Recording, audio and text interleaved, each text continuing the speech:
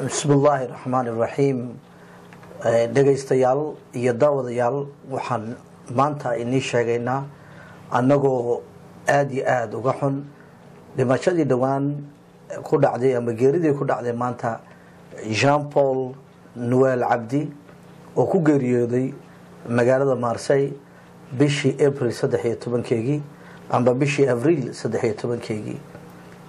bilaha afka qaalad lagu yiraahdo walaal waxa aan maanta aan tacsi u deeraynaa dadkii uu ka tagay ee reerka uu ka tagay waxa maanta muhiim ah inaan xasuusano ilaah baa isaga xisaabi doona qofka bini'aadanku wuxuu aaminsan yahay isaga ilaahay iyo isaga u taala laakiin annaga waxa waajib nagu ah dadka wadaniga qofku markuu xaqiiqda iyo xaqa uu ka hadlo in la xasuusto in dadkana loo sheego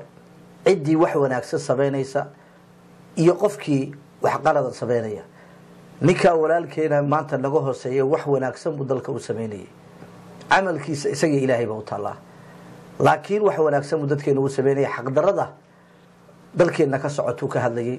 dadkeena dhibaateena la gumaadayay kuwa diinta muslimka aaminsan oo isku sheegay in diin islaam aaminsan yihiin aad iyo aad buu uga fiicnaataa to lagu wada hadli kara ma to laga doodi kara ma laakiin maanta waxaan leenahay inaan maanta aan xasuusano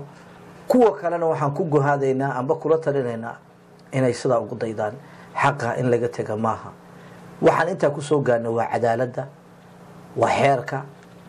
iyo xaq uu ilaahay soo dejiyay siyaasadda lagu sheego maaha